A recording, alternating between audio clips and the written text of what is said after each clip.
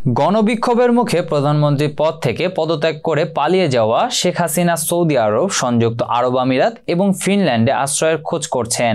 গতকাল ভারতীয় দৈনিক দ্য হিন্দুর এক প্রতিবেদনে এ তথ্য জানানো হয়। দ্য হিন্দুর প্রতিবেদনে বলা হয়, গত সোমবার ভারতে পালিয়ে যান সাবেক প্রধানমন্ত্রী শেখ হাসিনা।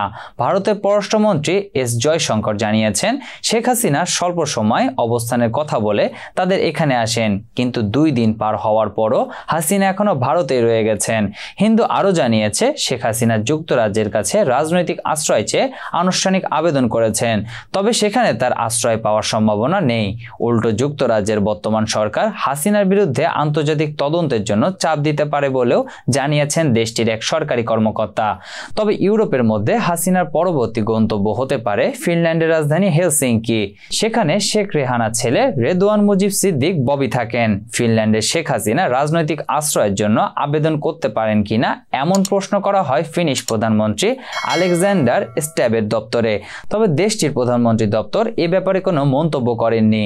এর আগে বাংলাদেশ থেকে পালিয়ে যাওয়ার পরই যুক্তরাষ্ট্রের ভিসার জন্য আবেদন করেন শেখ হাসিনা, কিন্তু এটি প্রত্যাখ্যান করা হয়। তবে তার পাসপোর্টে আগে থেকেই মার্কিন ভিসা লাগানো ছিল, কিন্তু তিনি দেশ থেকে পালানোর পরই এটি বাতিল করে দেওয়া হয়।